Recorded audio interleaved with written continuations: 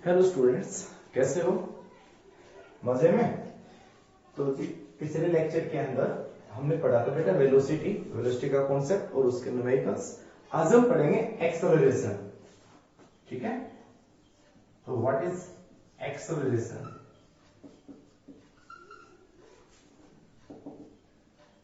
तो क्या होता है बेटा acceleration? This is rate of change of, जिस तरह से वेलोसिटी क्या थी, rate of change of displacement, ऐसे एक्सेलरेशन क्या होगा, rate of change of velocity. Rate of change of velocity किसके रिस्पेक्ट में? विद रिस्पेक्ट टू टाइम, कि कितने टाइम के अंदर कितनी वेलोसिटी चेंज हो रही है, बढ़ रही है या वो घट रही है। कांस्टेंट नहीं होनी चाहिए, घटे या फिर वो बढ़े किसी भी इंटरवल में। तो अगर वो वेलोसिटी इंक्रीज या डिक्रीज हो रही हो, चेंज हो रही है टाइम के साथ, तो वो क्या कहलाता है? वो एक्सेलरेटेड मोशन कहलाता है। उसको क्या बोलते हैं? एक्सेलरेटेड। क्लियर? अब हम इसको लिखेंगे क्या? सिंपल सी बात है भाई, A is equal to delta V divide by delta T. Vector है तो आप वेक्टर लगा सकते हो। डेल्टा वी का मतलब change in velocity, delta T means change in time. तो एक्सेलरेशन वेक्टर है, मैंने वेक्टर लगा रखा है, वेक्टर है। Acceleration is a vector quantity, is a vector quantity.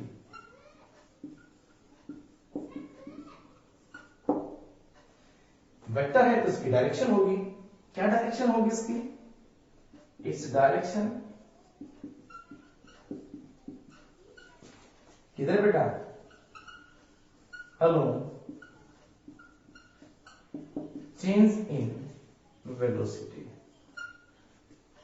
Along the direction of, कह सकते हो direction along the direction of change in velocity, along the direction of change in velocity. जिधर वेलोसिटी चेंज हो रही है हमेशा acceleration की direction उधर ही होगी। जैसे वेलोसिटी की डायरेक्शन क्या थी? In the direction of change in position, displacement. ठीक है, तो ऐसे ही एक्सेलरेशन की डायरेक्शन भी क्या होगी? Along the direction of change in velocity. ठीक है, यूनिट क्या होगी इसकी? एसआई यूनिट, इसकी मीटर पर सेकंड, ये सेकंड, तो उसकी जो एसआई यूनिट बनेगी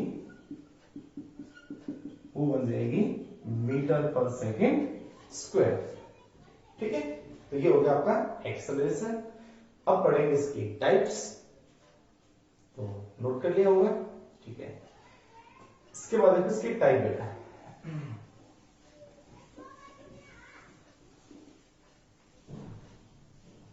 types of acceleration.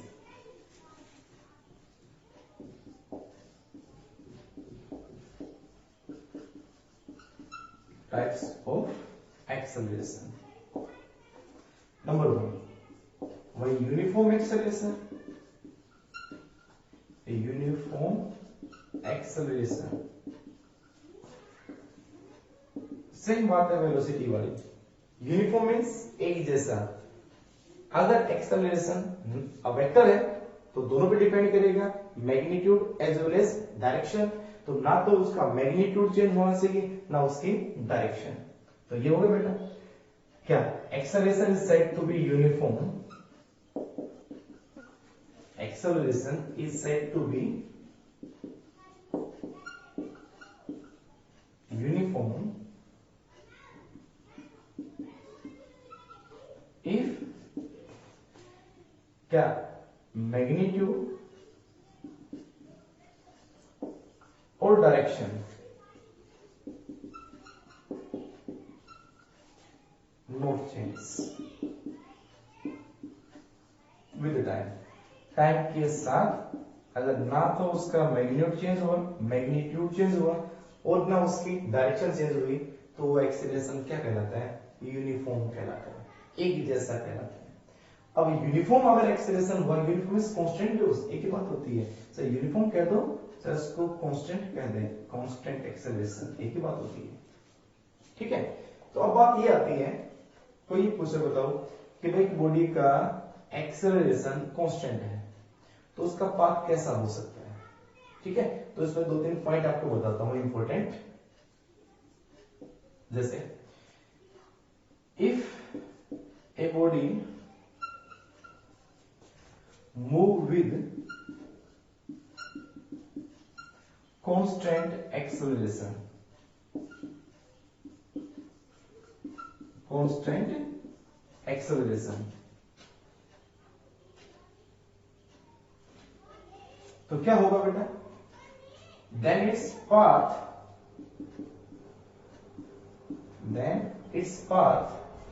may be straight और कर्व। उसका पाथ स्ट्रेट भी हो सकता है और उसका पाथ कर्व भी हो सकता है। ठीक है, if a body move with constant acceleration then its path may be straight और कर्व। कैसे हो सकता है, मीन्स अगर वो स्ट्रेट जा रहे हैं ऐसे तो उसका एक्सेलरेशन कांस्टेंट भी हो सकता है। अभी कांस्टेंट कब हो सकता है, कोई भी बॉडी एक ही एक्सेलरेशन से, कांस्टेंट एक्सेलरेशन से मूव करता रहे, इसका मतलब क्या हुआ वो कि उसके ऊपर कांस्टेंट फोर्स लगता रहे। कांस्टेंट फोर्स अगर ज्यादा हो गया, कम हो गया, तो उसका एक्सेलरेशन भी क्या हो जाएगा, चेंज हो जाएगा। तो एक्सेलरेशन कांस्टेंट तब हो सकता है स्ट्रेट लाइन में, तो उसके ऊपर फोर्स भी कांस्टेंट हो। ये कंडीशंस आपके काम आएंगे, याद रखना बात। तो अगर कोई पार्टिकल स्ट्रेट लाइन में मूव कर रहा है और उसके ऊपर फोर्स कांस्टेंट है, तो उसका एक्सेलरेशन भी क्या होगा, कांस्टेंट होगा। दूसरा, अगर इसका पाथ जैसे ये है, मतलब इसमें एक पार्टिकल को, जैसे मैं हॉरिजॉन्टल, ये हॉरिजॉन्टल, जैसे अगर मैं एक पार्टिकल को इस तरह से फेंक दूं ऊपर, कोई पत्थर है, ये एक्स एक्सिस है, ये वाई एक्सिस है, मैंने उसको इस तरह से फेंक दिया ऊपर, ऐसे फेंक दिया, तो ऐसे पार्ट ट्रेवल करके नीचे आ जाए। तो उसका एक्सेलरेशन अगर देखना है कि एक्सेलरेशन कहाँ है बेटा, किसी भी पॉइंट पे, तो हमेशा उसका एक्सेलरेशन कहाँ होगा, नीचे की साइड। कहाँ होगा, नीचे की साइड। कहीं भी देख लो, अगर यहाँ टक रहा है तो भी कहाँ होगा, नीचे की साइड। और ये एक्सेलरेशन किसके इक्वल होंगे, थोड़ा दिमाग लगा सकते हैं। अगर किसी ऑब्जेक्ट को ऊपर फेंक दो, चाहे स्ट्रेट लाइन में फेंक दो, चाहे टेढ़ा फेंक दे, कैसे फेंक दे, तो उसका एक्सेलरेशन किसके कारण होगा, मतलब वो मोशन किसके कारण करेगा, वो किसके कारण करेगा, अंडर द फ्री फॉल, यानी कि ग्रेविटी के कारण, नीचे गिरेगा ग्रेविटी के कारण। तो यहाँ A इज इक्वल टू कितना होगा, G, A इक्वल टू कितना होगा, G, और G कितना होता है 9.8 मीटर पर सेकंड स्क्वायर, एग्जैक्ट वैल्यू हम 10 लेके चलते हैं न्यूमेरिकल्स में। तो A जो होगा वो G के इक्वल होगा, क्योंकि ऐसे किसी ऑब्जेक्ट को हम इतनी तेज, इतनी दूर नहीं फेंक सकते कि जहां ग्रेविटी चेंज हो जाए। तो जहां से वो चल रहा था, हमेशा उसका एक्सेलरेशन से किसी भी पॉइंट पे निकाल लेना, हर पॉइंट पे उसका एक्सेलरेशन कांस्टेंट रहेगा, और किसके काम रहेगा, या किसके इक्वल रहेगा, equal to acceleration due to gravity, G के इक्वल। तो पाथ उसका स्ट्रेट लाइन भी हो सकता है, पाथ उसका कर्व भी हो सकता है, और दोनों ही केस में उसका एक्सेलरेशन क्या है, कांस्टेंट है। ठीक है, ये फ्री फॉलिंग है, एक बार उसको फेंका था, उसके बाद फ्री छोड़ दिया था, तो फ्री अपने आप नीचे गिर रहा है, ड्यू टू ग्रेविटी के कारण फ्री गिर रहा है। तो ये था यूनिफॉर्म एक्सेलरेशन, जिसमें हमने एक इंपॉर्टेंट पॉइंट बता दिया आपको कि उसका पाथ कैसा हो सकता है। ठीक है, दूसरी बात नोट कर लिया होगा। चलो, दूसरी बात क्या है इसके अंदर, second important point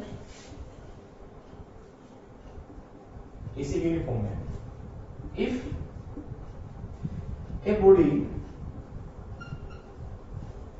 start from rest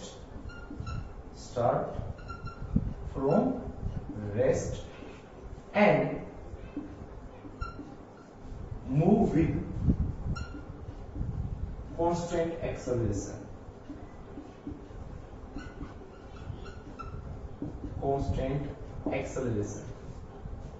तो उसका पाथ ऑलवेज स्ट्रेट लाइन होगा, then its path always straight line, always straight line। मतलब कि अगर मान लो कोई भी ऑब्जेक्ट यहां से स्टार्ट हुआ जिसकी इनिशियल वेलोसिटी 0 थी, और अगर वो एक कांस्टेंट एक्सेलरेशन से मूव कर रहा है उसके बाद उसका पाथ हमेशा कैसा रहेगा, स्ट्रेट लाइन। ये कंडीशन है। तो ये दोनों की दोनों कंडीशन है। अगर वो स्टार्ट फ्रॉम जीरो वेलोसिटी और बाद में उसका एक्सेलरेशन कांस्टेंट हुआ, उसका पाथ हमेशा स्ट्रेट लाइन होगा, कर्व नहीं हो पाएगा कभी भी। ठीक है, तो ये दो इंपॉर्टेंट पॉइंट्स हैं हमारे किसके, यूनिफॉर्म एक्सेलरेशन पे।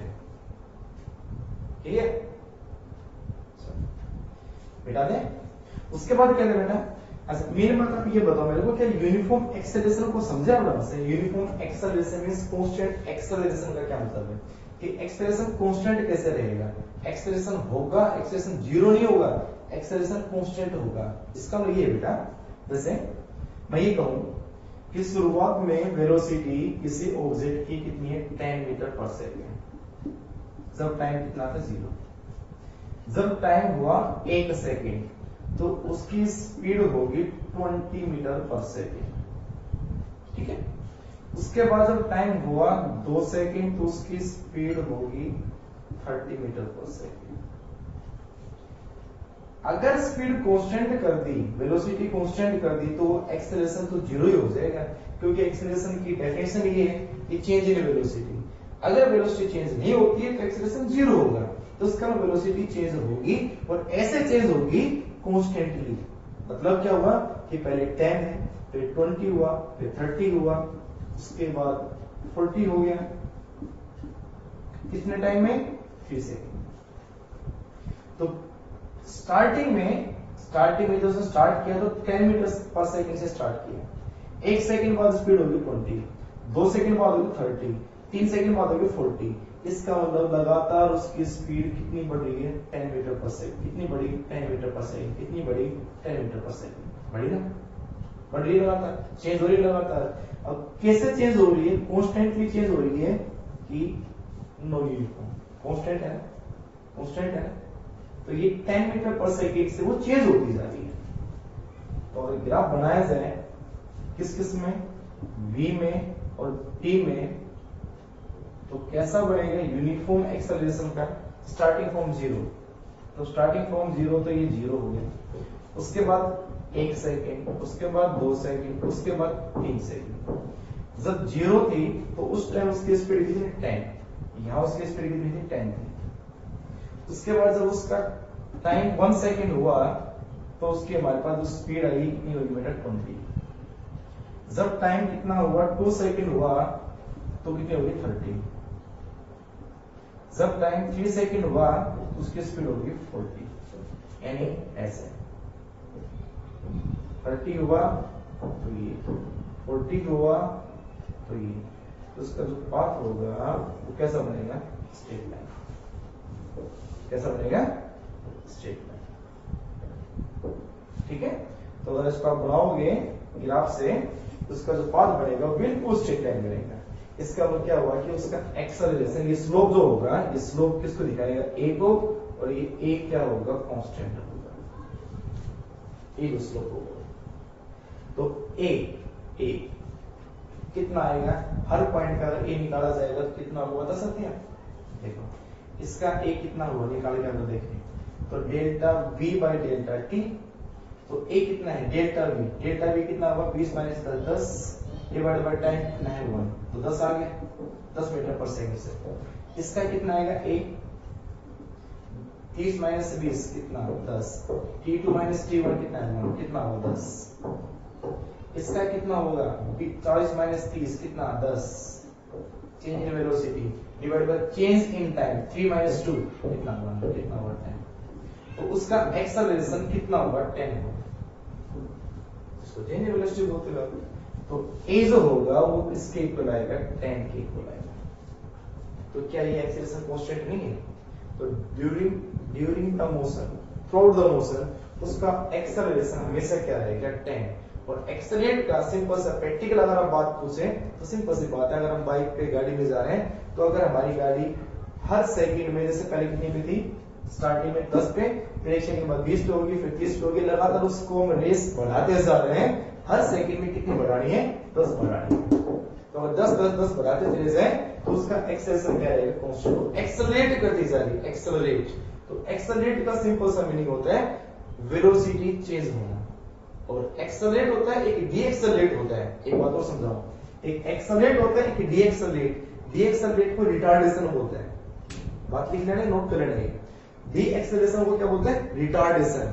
रिटार्डेशन का मतलब होता है डिक्रीज इन स्पीड। जिस तरह से यहाँ पे क्या है, स्पीड 10, 20, 30, 40 होती जा रही है, लगातार बढ़ती चली जा रही है, तो एक्सेलरेशन क्या है, पॉजिटिव 10, पॉजिटिव 10। लेकिन अगर ये उल्टा काम होता, अगर ये उल्टा होता, क्या चीज कि ये सब उल्टे होते हैं कि भाई स्टार्टिंग में मान 1 सेकंड में ये था, फिर 2, फिर 3, फिर 4, मतलब फर्स्ट 1 सेकंड में उसकी स्पीड थी 40, फिर अगले सेकंड में होगी 30, अगले सेकंड में होगी 20, अगले सेकंड में होगी 10, तो इसका मतलब लगातार स्पीड क्या हो रही है, कम हो रही है। टाइम के साथ उसकी स्पीड कम होती जा रही है, और स्पीड कम हो रही है, चेंज तो हो रही है, एक्सेलरेशन तो है वो, लेकिन एक्सेलरेशन कौन सा है, पॉजिटिव कि नेगेटिव। अगर वो स्पीड बढ़ती चली जाए तो एक्सेलरेशन पॉजिटिव है, स्पीड घटती चली जाए तो एक्सेलरेशन नेगेटिव है। तो ये क्या होगा, नेगेटिव एक्सेलरेशन होगा हमारे पास, क्या आएगी, उसका एक्सेलरेशन नेगेटिव आएगा। समझ गए। तो एक्सेलरेशन और रिटार्डेशन में क्या फर्क होता है, मैंने आपको समझा दिया। एक्सेलरेशन का मतलब होता है स्पीड बढ़ना, वेलोसिटी बढ़ना, ठीक है, और रिटार्डेशन का मतलब होता है रिटार्डेशन भी एक्सेलरेशन होता है, मतलब नेगेटिव एक्सेलरेशन होता है, उसका मतलब होता है स्पीड घटना, डिक्रीज होना स्पीड का, वो रिटार्डेशन कहलाता है। क्लियर। तो अगर आपसे पूछा जाए गाड़ी स्टार्ट करी जाए रेस्ट से, फिर स्पीड बढ़ाते चले जाए तो वो क्या होगा, एक्सेलरेट, और गाड़ी चलती ही अगर ब्रेक मारे तो वो क्या होगा, रिटार्डेशन, ठीक है, वो होगा रिटार्डेशन। तो ये क्लियर हो, यूनिफॉर्म एक्सेलरेशन क्या है, यूनिफॉर्म कब बोलते हैं, क्या होगा यूनिफॉर्म का। चलो नेक्स्ट, नॉन यूनिफॉर्म एक्सेलरेशन क्या होगा बेटा।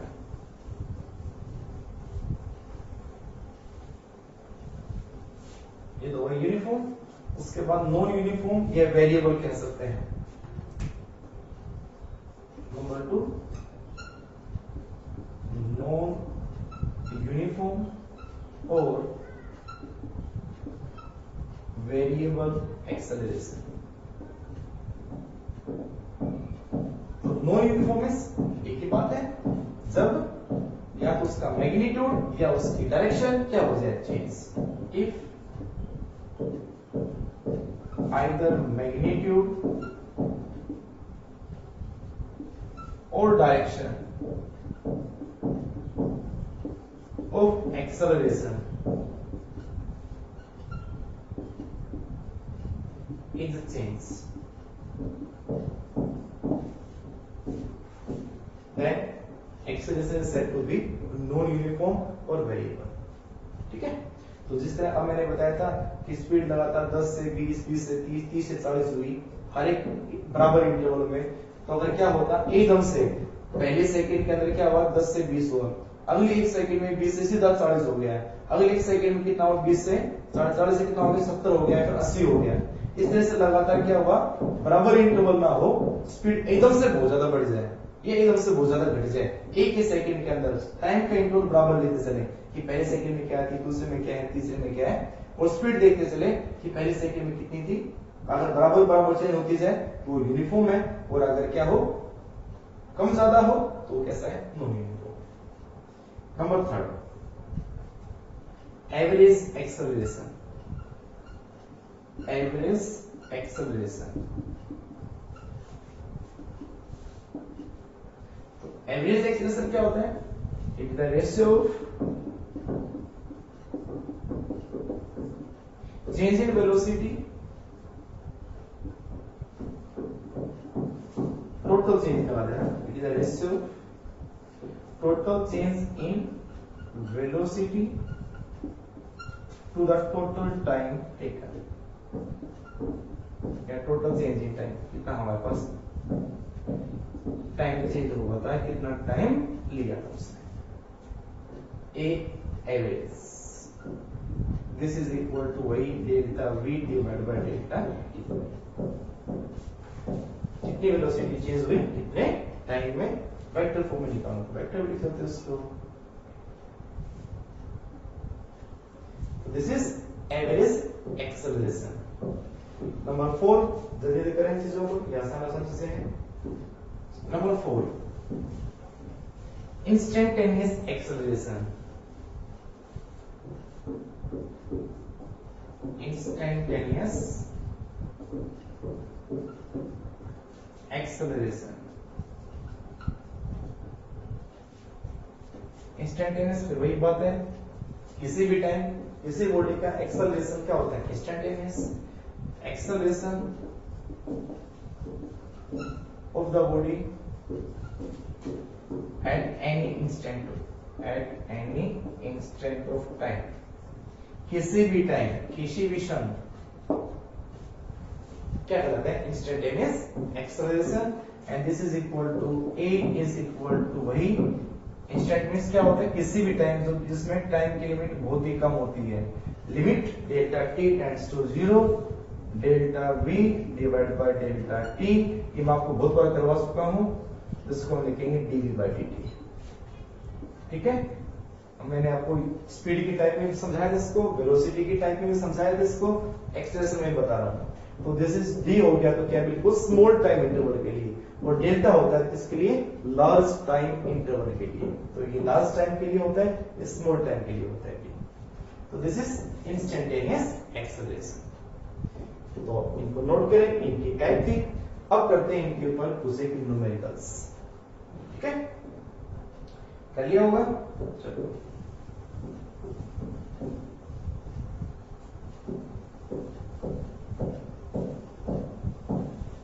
अब देखो इसके न्यूमेरिकल्स बेटा, एक्सेलरेशन के कुछ एक, जैसे आपको दिया जाए if velocity of a body vary with time, time के साथ चेंज हो रहा है बेटा, टाइम के साथ चेंज हो रही है क्या, वेलोसिटी, एज कैसे, v is equal to 2 plus 3t plus 4t square। ठीक है, ये आपको दिया गया मीटर पर सेकेंड। और आपसे पूछे ऐसे कोई भी क्वेश्चन हो सकते maybe, what is the acceleration of the body, what is the acceleration of the body at t equal to 2 second.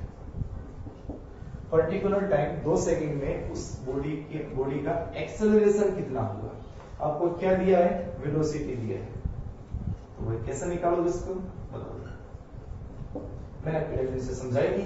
तो पर्टिकुलर किसी भी टाइम उसने पूछा है, तो उसकी पर्टिकुलर किसी भी टाइम में, तो इंस्टेंटेनियस उसने पूछा है, तो इंस्टेंटेनियस पूछा है, तो a इज इक्वल टू क्या लगा दोगे, dv by dt। तो v यहां पे दे रखा है, d over dt कितना है v है 2 plus 3t plus 4t square. तो अब क्या करोगे उसको, डिफरेंशिएट करने का मेथड क्या था, अब 2 क्या है, 2 में कांस्टेंट करना, ठीक है।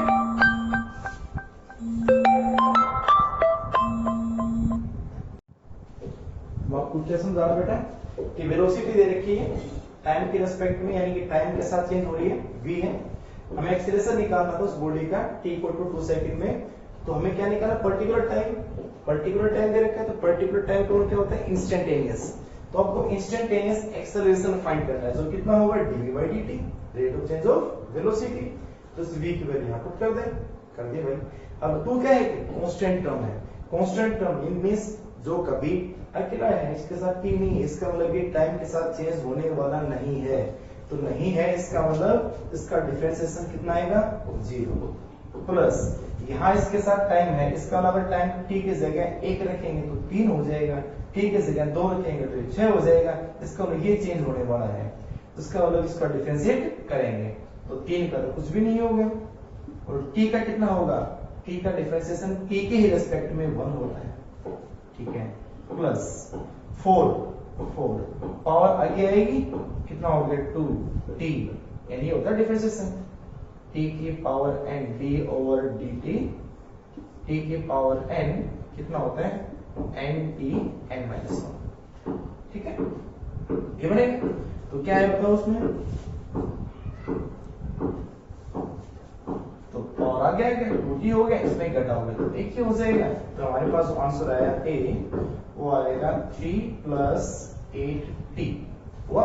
उसके बाद उसने क्या particular t equal to 2 second, तो at t equal to 2 second कितना आएगा, मतलब t के जगह 2 पुट करोगे तो a आ जाएगा, वो आ जाएगा 3 प्लस 16 कितना हो जाएगा 19, क्या 19 क्या मीटर पर सेकेंड स्क्वायर। तो एक इस टाइप का न्यूमेरिकल होता है।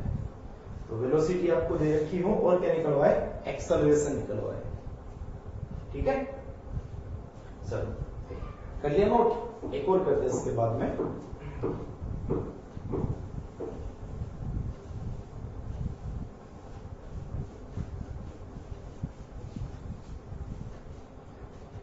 जैसे नोट करें क्वेश्चन में, क्वेश्चन ये है बेटा, a particle is moving along a straight line,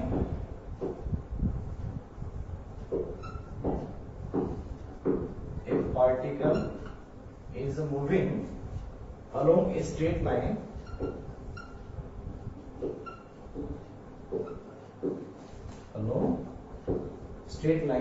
कोई भी दे रखी हो मान लो, उसने OX दे रखे, OX में at a time t, at a time t in distance x, in distance x of particle from point O, from point O, क्या दे रखी उसने x दे रखी बेटा, वो दे रखी tan plus 60 minus 3t square, ये दे रखी। How long would the particle, of question ये इसमें, how long would the particle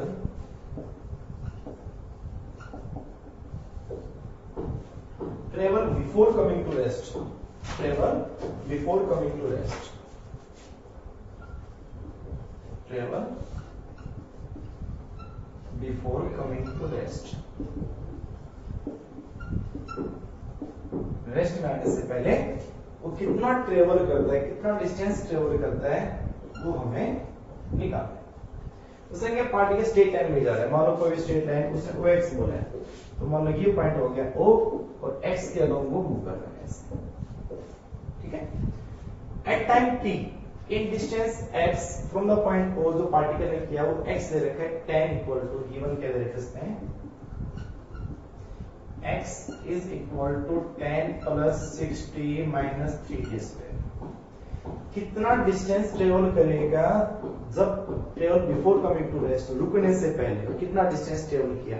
तो सबसे पहले तो आप ये देखोगे कि जब वो टाइम जीरो था, टाइम जीरो इनिशियली वो कहाँ था, क्या उसने इसी पॉइंट से स्टार्ट किया या वो इनिशियली इससे आगे था, ओ पे था या ओ से आगे था। तो ये चेक करोगे पहले इनिशियली, इनिशियली का मतलब that is at t equal to 0 second पे वो कहां पे था। तो t की जगह 0 पुट करोगे तो x कितना है, ये 0, ये 0 कितना बच गया 10। इसका मतलब उसने o से स्टार्ट नहीं किया, जब टाइम 0 था OX तो लाइन थी, उसने O से स्टार्ट नहीं किया, उस O से उसने यहां से स्टार्ट किया, मान लो P पॉइंट से, और O से लेकर P तक की डिस्टेंस है 10 मीटर। इसका मतलब वो ओरिजिन से 10 मीटर आगे था स्टार्टिंग में ही। तो O रेफरेंस दे रखा है, उस रेफरेंस पॉइंट से वो यहाँ पे है। अब ये देखते हैं हम कि भाई कब जाके वो रुक जाएगा, मतलब कितने टाइम तक वो ट्रेवल करेगा। टाइम पता चलेगा तभी तो पुलिस में आएगी, कब जाके वो रुक जाएगा, यानी कितने टाइम तक वो ट्रेवल करता है। तो उसकी स्पीड निकाले पहले कितनी आएगी, इसको इक्वेशन माने फर्स्ट। उसकी स्पीड क्या होगी, उसकी वेलोसिटी क्या होगी। तो वेलोसिटी क्या होगी उसकी बेटा, या स्पीड उसकी क्या होगी, तो स्ट्रेट लाइन में एक बात है दोनों, तो v जो आएगी वो क्या बोलते हैं, dx by dt। तो करो differentiate d upon dt, differentiation integration जो बिल्कुल ये सिंपल से हैं, इनको अच्छे से कर लें ढंग से कर, है ना। तो कितना है बताओ। तो भाई फिर वही बात है, टाइम कांस्टेंट टर्म है, कोई डिफरेंशिएशन नहीं होगा, जीरो हो जाएगा, t का हो जाएगा 1 तो बचेगा 6, और ये आएगा ये माइनस है, ये आगे आएगा तो ये हो जाएगा 3 into 2 और हो जाएगा t, इसका ये आ जाएगा 6 minus 6t, इसके इक्वल v के इक्वल, इक्वेशन नंबर 7। अब ये निकालना था कि वो रुकने में कितना टाइम लेता है, यानी कितने टाइम तक वो ट्रेवल करता है। तो भाई v को 0 पुट कर दो, स्पीड 0 कम हुई, टाइम निकाल दें। v इक्वल टू 0 पुट कर दें, पुट v इक्वल टू 0। तो v को 0 पुट किया तो 0 इज इक्वल टू 6 माइनस 60 और 6t इक्वल टू 6, तो t इक्वल टू 1 सेकेंड। इसका मतलब उस बॉडी ने ओनली 1 सेकेंड ट्रेवल किया, body travel only 1 second, body come to rest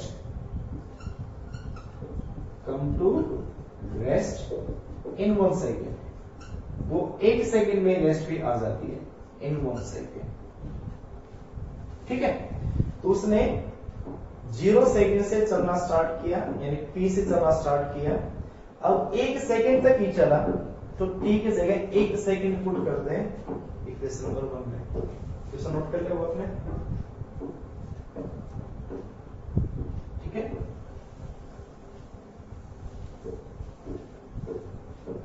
तो put t is equal to 1 in equation number first, यहां put करो। तो अब x कितना है हमारा, इस x को मान लेना x1, इस x को मान लेना x2, तो ये होगा 10 प्लस ये हो जाएगा 6, ये माइनस हो जाएगा 3, तो कितना आ जाएगा 16 माइनस 3 कितना हो जाएगा 30। तो x1 this is x1, this is x1, और o के रेस्पेक्ट में वो 1 सेकेंड तक चला, तो o के रेस्पेक्ट में अब वो कहा मान लो यहाँ पे है Q पॉइंट, और O से Q पॉइंट कितना दूर है 13 मीटर, दिस इज x2। तो O के रेस्पेक्ट में 10 मीटर था इनिशियली, और 1 सेकेंड तक चला, तो O के रेस्पेक्ट में वो आ गया Q पे कितना मीटर 13 मीटर। तो 1 सेकेंड चलने में, जब 1 सेकेंड तक चला तो कितना डिस्टेंस ट्रेवल किया, तो P से Q तो है ओनली, बस यहां से यहां तक है, तो P से Q कितना होगा ये बताओ कितना होगा, S मान होगी, S कितना आएगा, this is x2 minus x1। Total distance कितना ट्रेवल किया उसने, total distance travelled before coming to rest, before come to rest कितना किया बेटा, S जो किसके इक्वल होगा x2 माइनस x1, तो कितना होगा बेटा 13 माइनस 10 इज इक्वल टू 3। इसने ओनली 3 मीटर डिस्टेंस ट्रेवल किया रेस्ट में आने से पहले, ठीक है। आगे समझ में, तो एक क्वेश्चन ये है थोड़ा सा उससे हटके, और करेंगे इसमें आगे।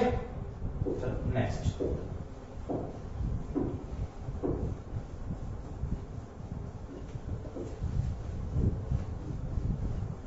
और देखो बेटा, दूसरे क्या है, velocity of particle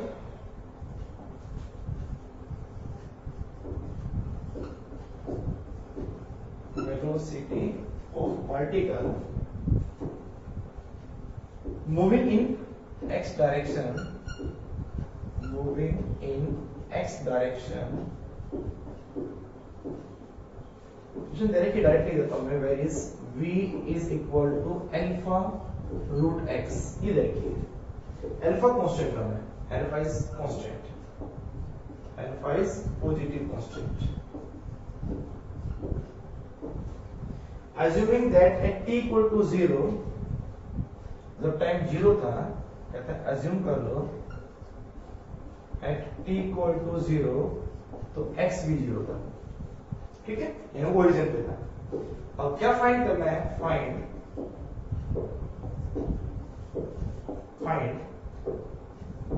first time dependence of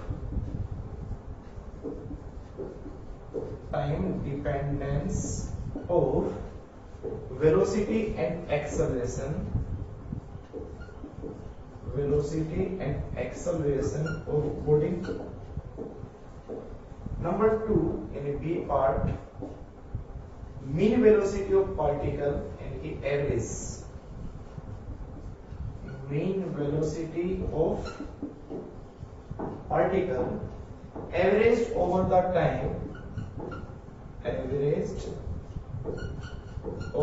the time,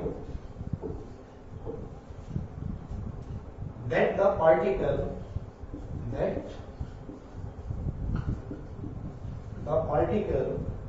takes to cover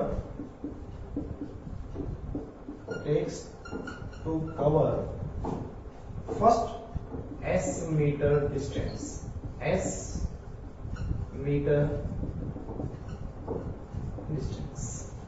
ये हमें निकालना है, ठीक है बेटा। उसने क्या वेलोसिटी ऑफ पार्टिकल दे रखी, एक्स एक्सिस यानी एक्स के साथ लगातार वो चेंज हो रही है वेलोसिटी, ये velocity is the function of displacement position. Alpha positive constant है, इनिशियल जब टाइम 0 था, इनिशियली वो पोजीशन कितनी थी 0, यानी starting from rest means origin से स्टार्ट उसने किया है। Find time dependence of velocity, velocity की वैल्यू निकालनी, वेलोसिटी कितना होगा, टाइम के साथ उसकी रिलेशन निकालनी है, और एक्सेलरेशन, हमें वेलोसिटी और एक्सेलरेशन उसका फाइंड करना है अगर ये दे रखा है तो पहले काम यही करेंगे, ये पार्ट। तो v उसने दे रखा है given v is equal to alpha root x, ये दे रखा है। अब v को हम क्या कह सकते हैं, v इज इक्वल टू, मैं इसको dx डिवाइड बाई dt कह सकता हूं v को, and it is equal to क्या आ जाएगा अल्फा रूट x। अगर वेलोसिटी दिया हो और हमें क्या निकालना हो, डिस्प्लेसमेंट निकालना हो, कोई अदर टर्म निकालनी तो कैसे निकालना, तो भाई अगर v दे रखा है मुझे डिस्प्लेसमेंट निकालना है तो v इक्वल टू क्या लिख देंगे dx by dt alpha root x। तो इसको मैं इस दोनों को क्या कह सकता हूं, रूट एक्स को नीचे ले आऊं और dt को इधर ले जाऊं तो ये आ जाएगा अल्फा dt। और मुझे टोटल डिस्प्लेसमेंट निकालना है, तो टोटल डिस्प्लेसमेंट निकालना है तो इसका क्या करोगे इंटीग्रेशन, क्या कर दो इंटीग्रेशन। कैसे इंटीग्रेशन करना है, जब डिस्प्लेसमेंट 0 है, जब ये क्या डिस्प्लेसमेंट का फंक्शन, ये है टाइम का फंक्शन, तो जब डिस्प्लेसमेंट 0 है तो टाइम भी 0 है, जब टाइम t हुआ किसी भी टाइम t टाइम में तो उसका डिस्प्लेसमेंट हो जाएगा x, ये मान। तो बताओ इसका इंटीग्रेशन कितना आएगा, तो कैसे करेंगे, पहले इसको ऊपर ले जाओगे तो भाई x की पावर ऊपर जाएगी तो हो जाएगी -1/2 इंटू dx, और लिमिट कहां से कहां तक है 0 से x इज इक्वल टू, इसको आप डायरेक्ट कर सकते हो, अल्फा बाहर कर दो, इंटीग्रेशन किसका होगा dt का 0 से t, करेंगे कितना है,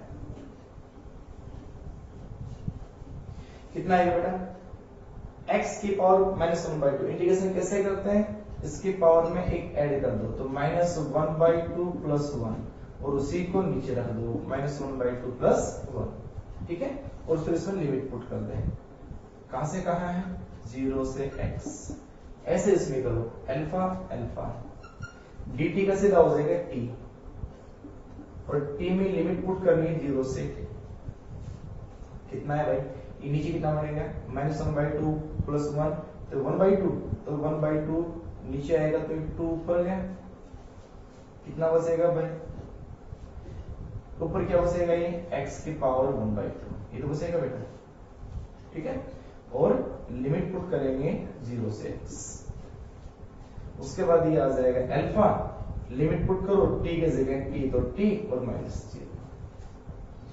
अब पुट करो लिमिट यहाँ पे x के जगह x रखो तो सेम आंसर आ जाएगा 1/2 और 0 रखो तो 0 आ जाएगा is equal to alpha t। ठीक है, तो यहां से 2 अगर मैं नीचे ले जाऊं तो ये कितना आ जाएगा अल्फा t/2 और x जब निकालोगे तो कितना आ जाएगा यहां से x की power 1/2 is equal to alpha t/2 और x इज इक्वल टू कितना है बेटा x इज इक्वल टू आ जाएगा, इसको स्क्वायरिंग कर दे, इसको स्क्वायरिंग करो, स्क्वायरिंग बहुत साइड करोगे, पहले इतना नोट करे पहले बच्चे से नोट करो तो कितना आएगा बेटा देखो, इसको मिटा दें, कर लिया होगा, ठीक है देखो स्क्वायरिंग बोथ साइड, इसको स्क्वायरिंग कर दो, squaring both side, squaring both side, अगर स्क्वायरिंग करोगे तो ये क्या बन जाएगा x ही हो जाएगा तो, और उधर स्क्वायर करोगे तो ये आ जाएगा alpha square t square divide by 4, ये आ गया x और इसको मानता है इक्वेशन नंबर फर्स्ट। अब x जो हमारे पास आ गया वो x किसका फंक्शन है टाइम का, और ये तो निकालना था कि टाइम डिपेंडेंस, ऐसी हमें ऐसी क्वांटिटी निकालनी जो टाइम का डिपेंडेंस हो, तो भाई एट प्रेजेंट हमारा क्या आ गया डिस्प्लेसमेंट आ गया, पोजीशन आ गया जो टाइम का डिपेंडेंट है, टाइम पे डिपेंड करे वो। अब x आ गया तो अब वेलोसिटी निकाल सकते हो, अब वेलोसिटी निकाल, अब बताओ वेलोसिटी कितनी होगी, so velocity is equal to v हो जाएगी dx/dt, कितनी हो जाएगी dx/dt, ये सारा नोट कर लिया होगा, सारा मिटा लो बेटा,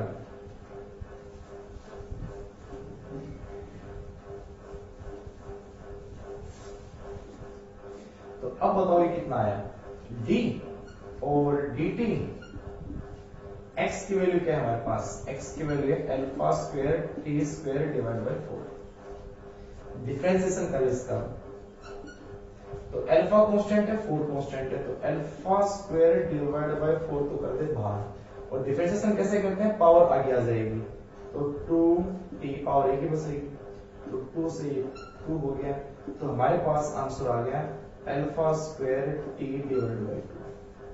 तो ये हो गया first time dependence velocity, time dependence velocity, velocity में और टाइम रिलेशन ये होगी इक्वेशन नंबर सेकंड। ठीक है, और ऐसे में क्या निकालना है एक्सेलरेशन, अब वेलोसिटी होगी तो एक्सेलरेशन क्या होता है, तो इसको चेंज कर दें, एक्सेलरेशन a होता है dv/dt, तो a इज इक्वल टू इसकी v की वैल्यू ये पुट कर दें d ओवर dt, v क्या है हमारे पास alpha square t divide by 2, alpha square by 2 का कुछ नहीं होना बाहर कर दो, t का डिफरेंशिएशन t के रिस्पेक्ट में 1 होता है, तो जो एक्सेलरेशन आया वो आया अल्फा स्क्वायर बाय 2, इसका अपोजिट तो टाइम में नहीं आया, तो टाइम में नहीं आया तो क्या है दिस इज टाइम इंडिपेंडेंट, ये टाइम पे डिपेंड करेगा ही नहीं। ठीक है, मतलब ये होना चाहिए था, ये x नहीं आना चाहिए था, एक्सेलरेशन में x नहीं हो, पोजीशन नहीं आनी चाहिए थी, यहाँ पोजीशन थी बेटा, अगर उसको हम करते तो पोजीशन आती हो, उसको डिफरेंशिएट करते तो पोजीशन आती हो, लेकिन हमें ऐसा निकालना था इसमें क्या तो टाइम हो कि फिर हो ही ना कुछ भी, तो यहाँ पे ओनली कांस्टेंट टर्म है, इसका मतलब ये एक्सेलरेशन टाइम पे डिपेंड नहीं करता है। ठीक है, इसको नोट करो,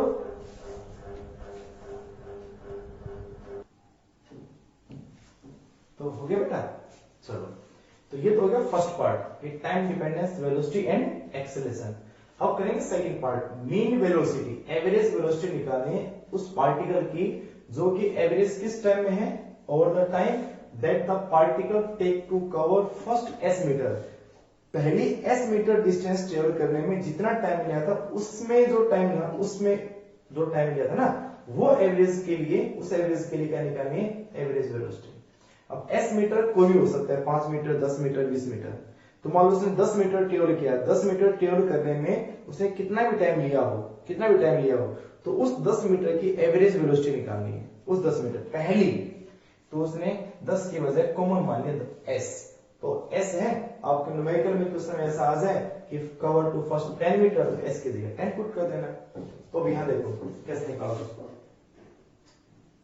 तो हमारे पास x ये रहा, इसको मिटा दो मैं सारे को, चलो ठीक है देखो। अब पार्ट करेंगे b की, b पार्ट, x याद रखना alpha square t square by 4, तो लिखेंगे वी नो फ्रॉम इक्वेशन, ऐसे लगा देना फ्रॉम इक्वेशन 1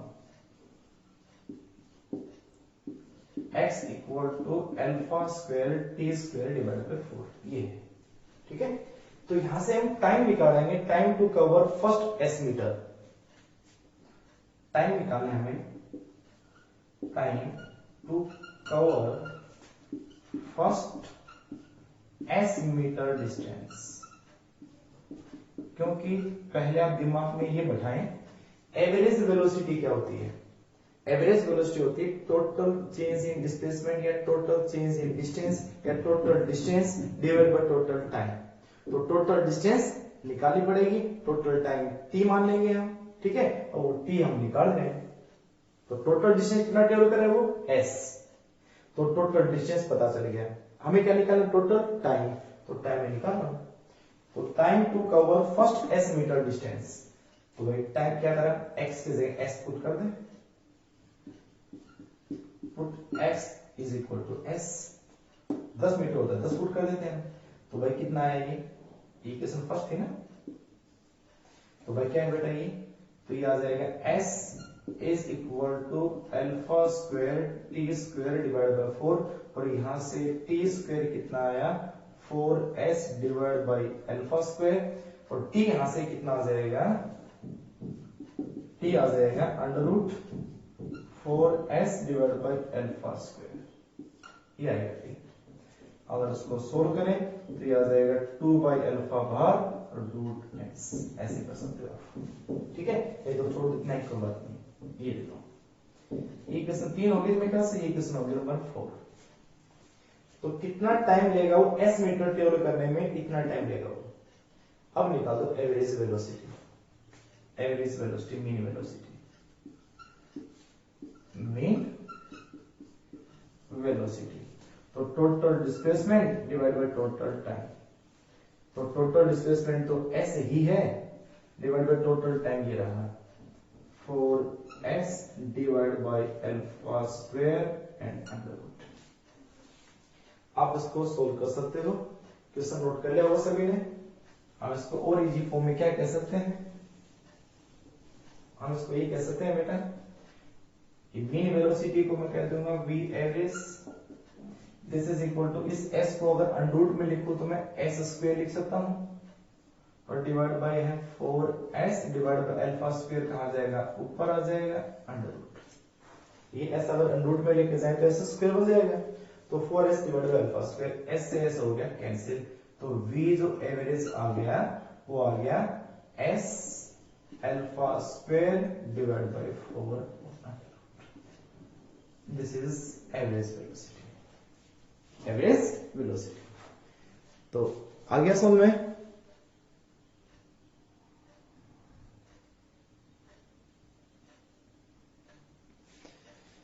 एक और करते हैं, एक और करो देखा, इसको मिटा देता हूं मैं,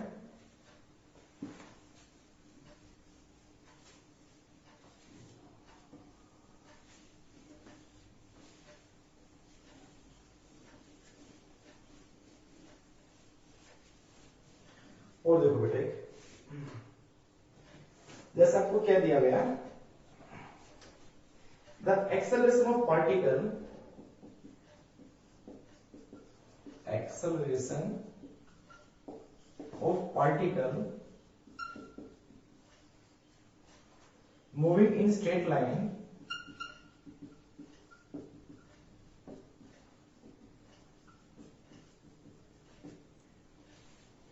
और उसने दे रखा है a is equal to 2s plus 1, मतलब एक्सेलरेशन डिस्प्लेसमेंट का फंक्शन है, ठीक है। और उसने और बात भी दे रखी है क्या, velocity of the particle is 0 velocity of particle is 0 at zero displacement. At zero displacement. ये कंडीशन है. Find the corresponding velocity displacement equation.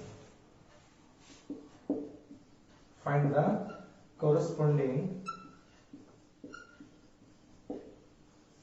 velocity displacement equation. Velocity displacement equation. अरे भाई तुम्हारे कारण गर्मी में लग रहे हैं. क्वेश्चन उतार लिया. क्या आएगा बताओ, कैसे करोगे? अब उसने क्या दिया है, एक्सेलरेशन दे रखा है डिस्प्लेसमेंट का फंक्शन 2s+1, वेलोसिटी 0 दे रखी है. किस पे? जीरो डिस्प्लेसमेंट पे. हमें रिलेशन निकालनी है वेलोसिटी डिस्प्लेसमेंट में. ठीक है, क्या करोगे? मुझे कुछ नहीं करेंगे, जो करोगे आप करोगे, है ना? क्या है बताओ मेरे को. ए पता है, गिवन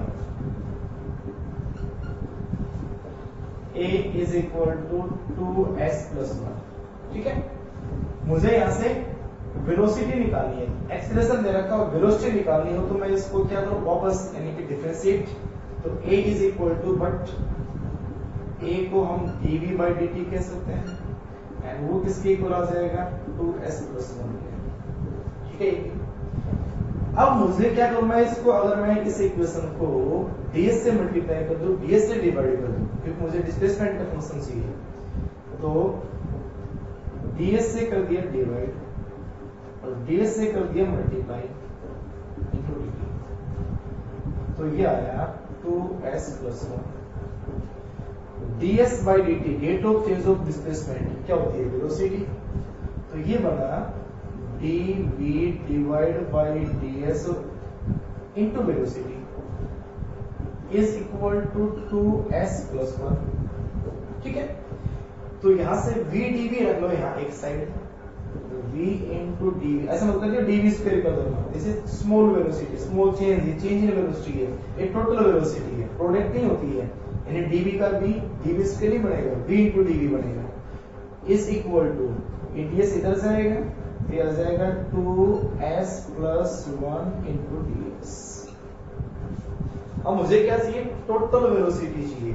टोटल के लिए क्या करते हैं, इंटीग्रेशन. तो integration of v dv and integration of 2s+1 ds. ठीक है, अब क्या लिमिट है वो पढ़ ले, याद रखिए. वेलोसिटी ऑफ पार्टिकल 0 है, वेलोसिटी ऑफ पार्टिकल 0 है, व्हेन जीरो डिस्प्लेसमेंट. तो ये डिस्प्लेसमेंट का फंक्शन है, तो 0. तो जीरो डिस्प्लेसमेंट, जीरो वेलोसिटी. जब डिस्प्लेसमेंट s है तो वेलोसिटी v हो जाएगी. अब v का इंटीग्रेशन क्या होगा, v की पावर में 1 ऐड कर दो, तो 1 है तो क्या हो जाएगा, 2 उसी से डिवाइड कर दो, v²/2. लिमिट पुट करोगे यही आएगा. सेम ऐसे इसका 2s इंटू ds, तो पहले इसका करोगे आप, 2s, s का हो जाएगा s² डिवाइड बाई 2. ठीक है, लिमिट पुट करो, ये आंसर आएगा. फिर 1 इंटू ds का आ जाएगा s. तो ये बनेगा इसका, 2 से हो गया 2 कैंसिल. कितना बचा भाई, तो v² इज इक्वल टू 2 उधर जाएगा, तो ये बन, अच्छा s कॉमन ले से इसमें, तो 2s कॉमन ले लेना. ठीक है, यानी u²/2 था, इन दोनों में s कॉमन आया, कितना बचेगा, s+1, और 2 उधर जाएगा, तो ये आ जाएगा 2s s+1, और v का स्क्वायर है तो इधर क्या जाएगा, अंडर. तो this is velocity displacement equation. ये तो पूछी थी, वेलोसिटी डिस्प्लेसमेंट इक्वेशन. तो ये न्यूमेरिकल्स थे, कुछ एक एक्सेलरेशन के, वेलोसिटी डिस्प्लेसमेंट के, फंक्शन के. ठीक है, उसे आप भी करना, जिसमें इक्वेशंस ऑफ मोशन यूज नहीं होती हैं, वो इक्वेशंस आप भी करके देखना एक बार. इसके बाद नेक्स्ट लेक्चर में हम आपको करवाएंगे, मैं आपको करवाऊंगा क्या चीज, इक्वेशंस ऑफ मोशन. ठीक है, उनके न्यूमेरिकल्स 1 डायमेंशन में, स्ट्रेट लाइन के. ठीक है, तब तक आप इन सभी क्वेश्चंस को, इस टाइप के क्वेश्चंस को करते रहना. इतना ख्याल रखना। अच्छा दूसरी बात बेटा +1 है, +1 को इतना ढीला मत छोड़ देना कि हम बस +1 में है तो हम बस पढ़े नहीं। बेटा बहुत 50-50% काम आता है +1 और +2 का। चाहे किसी का एग्जाम दे लेना, नीट का एग्जाम दे लेना, चाहे IIT का एग्जाम दे लेना, दोनों में 50-50% काम आता है। 50% का 50+2 का, उसको ढीला मत छोड़ना, ठीक है। तो काम जरूर करना है ना, ओके। तो डिस्कस करते रहना। बाय बेटा, थैंक यू।